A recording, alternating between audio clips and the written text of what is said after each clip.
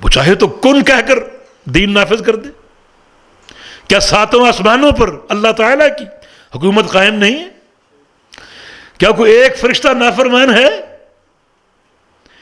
ما فی السماوات السبع موضع اربعۃ اصابع الا وملک قائم وملک راکع وملک ساجد واضع جبہتہ للہ. ساتوں آسمانوں میں ایک 4 انگلی کے برابر خالی جگہ نہیں. کہیں فرشتہ کھڑا ہے، کہیں رکوع میں ہے اور کہیں سجدے میں. جو فرشتہ کھڑا ہے وہ کب سے کھڑا ہے؟ جب سے پیدا ہوا. اور کب تک کھڑا رہے گا؟ جب تک قیامت قائم نہ ہو جائے. جو فرشتہ رکوع میں ہے وہ کب سے رکوع میں ہے؟ جب سے پیدا ہوا. اور کب تک رہے گا؟ جب تک قیامت قائم نہ ہو جائے. اور جو فرشتہ اپنی جبین جھکائے سجدے میں گرا ہوا ہے وہ کب سے ہے؟ جب سے پیدا ہوا. اور کب تک رہے گا؟ جب تک قیامت قائم نہ ہو جائے. جب سور پھونکا جائے گا سارے فرشتے اٹھیں گے، اوپر کو جائیں گے، اور زبان پر الفاظ کیا ہوں گے؟ سبحانک ما عبدناک حق عبادتک. یا اللہ تو پاک ہے، ہم تیری عبادت کا حق ادا نہیں کر سکے. حضرت انسان کو دیکھو، اس کی جرت کو دیکھو، اس کی جسارت کو دیکھو. اپنے نبی کے فرامین کو ٹالتے، فرشتوں کی اتباع دیکھو. فرمایا کہ جاؤ باغی بن جاؤ، چھوڑ دو دین کو. اللہ تعالیٰ دین کو قائم کرنے پر قادر. کیسے؟ وہ چاہے تو کن کہہ کر دین قائم کر دے جیسے آسمانوں پر، لیکن نہیں. یہاں اس کا نظام مختلف ہے. کیا؟ اللہ تعالیٰ دین کو قائم کرے گا انسانوں کے ذریعے. یہ سعادت انسانوں کو تفویض کی گئی. ہر انسان نہیں.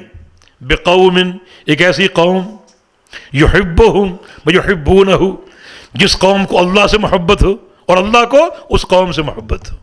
بس ہر ایک نہیں. بدعتی انسان اللہ کا محبوب ہو سکتا ہے جو اللہ کی تکذیب کرے، شریعت میں استدراک کرے، تشریع کرے، اپنے نبی کو خائن سمجھے، نعوذ باللہ، وہ اللہ کا محبوب ہو سکتا ہے. دین اسلام میں محبت کی بنیاد آپ نے سن لی. قل ان کنتم تحبون اللہ فاتبعونی یحببکم اللہ. اے پیغمبر کہہ دیجئے اور اللہ کی محبت کے طلبگار ہو تو اس کا طریقہ یہ ہے کہ میری اتباع کرو، اللہ تعالیٰ کے تم محبوب ہو جاؤ گے. جب تم اللہ کے محبوب بن جاؤ گے بس تمہارے لیے غلبہ بھی ہے اور تمہارے ذریعے دین کی اقامت بھی. صحیح بخاری میں حدیث ہے، ان اللہ اذا حب عبدا نادى جبریل. جب اللہ تعالیٰ کسی بندے سے محبت کر لیتا ہے، اللہ تعالیٰ کا کسی بندے سے پیار پڑ جائے تو اللہ تعالیٰ جبریل کو بلاتا ہے. جبریل آؤ، ندا کرتا ہے، میری بات سنو، انی احب فلانا فاحبہ، مجھے فلاں بندے سے محبت ہو گئی تو بھی اس سے محبت کر. وہ جبریل کا محبوب ہو گیا. اب جبریل امین منادی کر رہے ہیں آسمانوں میں، فرشتوں کو مخاطب ہیں کہ ان اللہ یحب فلانا فاحبوہ، اللہ تعالیٰ فلاں بندے سے محبت کرنے لگا ہے، تم بھی محبت کرو. ساتوں آسمانوں کہ فرشتے اس سے محبت کرتے ہیں، اس کی شہرت، اس کا سمعہ ساتوں آسمانوں میں پھیل جاتا ہے، اس کا پیار مشہور ہو چکا ہے. فرشتے کیا جانتے ہیں؟ یہ اللہ کا محبوب ہے، یہ ہمارا بھی محبوب ہے. دیکھیں محبت کی بات کہاں سے چلی اور کہاں تک پہنچ گئی.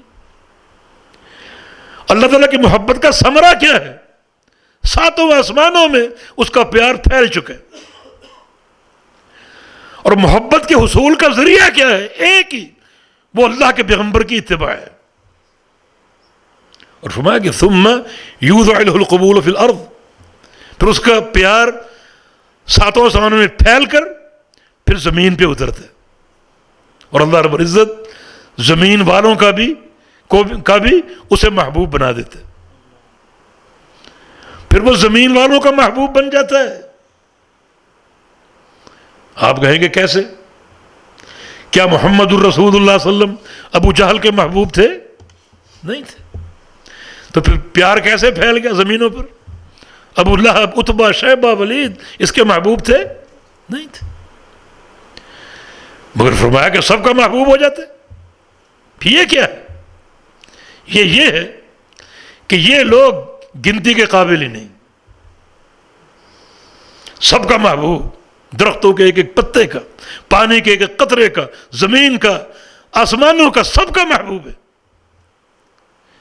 ہاں یہ گنتی کے قابل نہیں. ان کا ہونا نہ ہونا برابر. جو لوگ اللہ تعالیٰ کی توحید سے خالی ہیں، اپنے پیارے پیغمبر کی اتباع سے عاری ہیں، وہ ردی لوگ ہیں، فضول. وہ کسی شمار اور گنتی کے نہیں ہیں. لا تقوم الساعة الا على حثالة من الناس.